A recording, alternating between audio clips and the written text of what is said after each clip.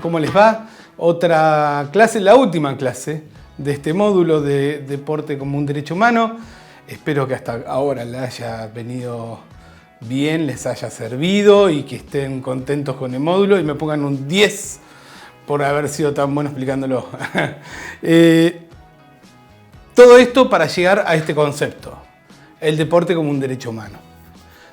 Estas 3 clases anteriores y todo el material que les dimos para que lleguemos a esta reflexión. El deporte como derecho humano. ¿Por qué el deporte como derecho humano? Indudablemente, si ustedes leyeron la Declaración Universal, no van a encontrar algo específico sobre el derecho a la práctica del deporte, porque no está específicamente así. Hay documentos, si leyeron ese documento que les dejé en la primera clase, no obligatorio, que tiene muchas hojas, pero no es obligatorio, van a encontrar que hay algunos documentos. En la Declaración de Derechos del Niño empieza a aparecer más claramente el concepto del derecho al deporte, al esparcimiento y a la cultura. En la Declaración de Derechos de las Personas con Discapacidad aparece plenamente. Y en la declaración, en el Pacto de Derechos Económicos, Sociales y Culturales también. Son diferentes instrumentos donde va apareciendo todos instrumentos de derechos humanos, todos de la misma categoría, no hay ninguno que esté encima de otro. Eso es un concepto muy importante que ustedes tienen que tener en cuenta.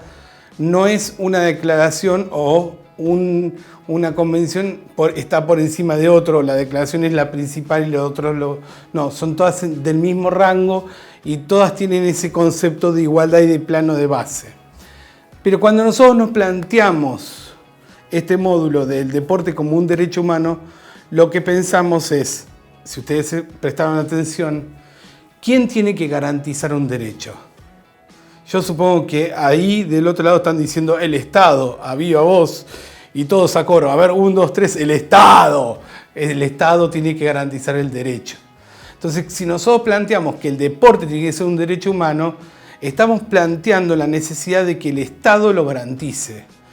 ¿Esto qué quiere decir? En la práctica cotidiana y concreta, aquellos países que han logrado, caso México, incluir en sus constituciones nacionales el concepto del derecho social al deporte, porque también algunos han puesto esta palabra, el derecho social al deporte, que no es lo mismo que el derecho al deporte liso y llano, ¿no?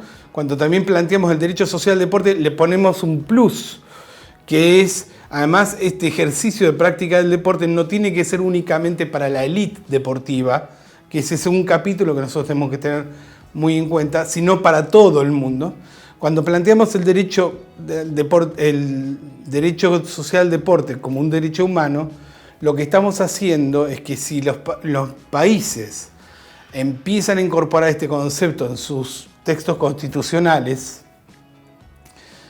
están obligados a brindar ya no tanto o ya no solamente la infraestructura, que es un punto muy importante en todos los lugares que se practique deporte, o sea, tendrían que haber gimnasios, centros deportivos, sino que además tienen que brindar los mecanismos para que existan personas que promuevan la práctica del deporte y el juego recreativo, que exista investigación al respecto, que empiecen a estudiar sobre cómo se debe dar esto, y además que exista la posibilidad de instalar. Indudablemente, ustedes habrán visto en las clases de Augusto también este concepto de que el deporte es una de las movilizantes más poderosos que tenemos socialmente.